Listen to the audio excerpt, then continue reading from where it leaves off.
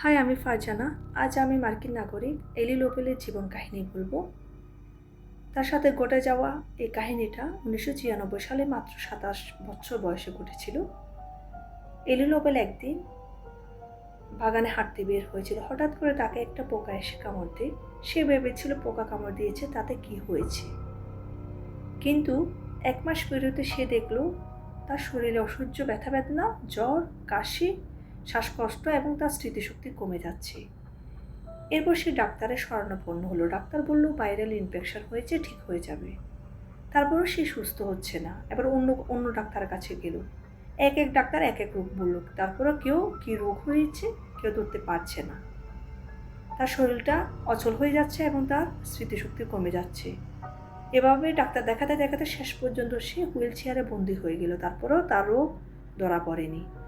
ঠিক 1 বছর পর সে জানতে পারলো তার লাইম ডিজিজ হয়েছে, যেটা টিক পোকার মাধ্যমে বোরেলিয়া ব্যাকটেরিয়াটি তার শরীরে এসেছে।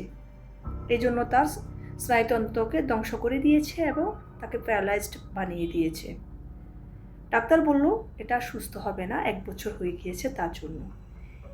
যখন এই পোকাটি কামড় দিয়েছিল তখন যদি এই রোগটা ট্রিটমেন্ট করা হতো তখন সে সুস্থ হতে পারত।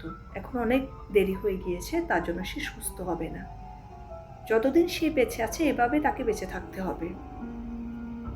এভাবে যুদ্ধ করতে করতে 15 বছর হয়ে গিয়েছে। 15 বছর পর ডাক্তার বলল সে মাত্র 3 মাস বেঁচে থাকবে। এরপর সে সিদ্ধান্ত নিল সে ক্যালিফোর্নিয়াতে চলে যাবে। তার কেয়ারটেকারকে নিয়ে সে ক্যালিফোর্নিয়াতে চলে গিয়েছে। ক্যালিফোর্নিয়া যাওয়ার পর এলির জীবনে অলৌকিক এক ঘটনা ঘটেছিল, যেটা তার জীবনটাকে পুরোপুরি বদলে দেয়। এলি সকালবেলা তার কেয়ারটেকারকে বলল আমাকে বাহিরে নিয়ে চলো। কেয়ারটেকার তাকে বাহিরে নিয়ে গেল।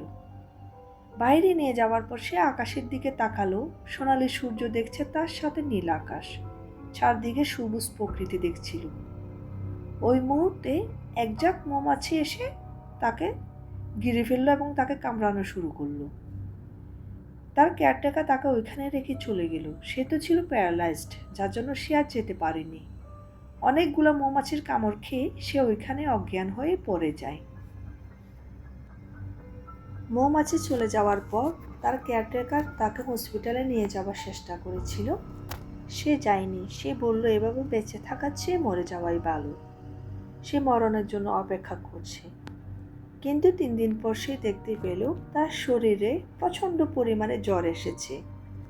তার কাছে মনে হচ্ছে তার শরীরের ভিতরে কিছু একটা একে অপরের সাথে যুদ্ধ করছে। সে ভেবেছিল এটাই তার জীবনের শেষ দিন, কিন্তু তার সাথে উল্টোটা ঘটে।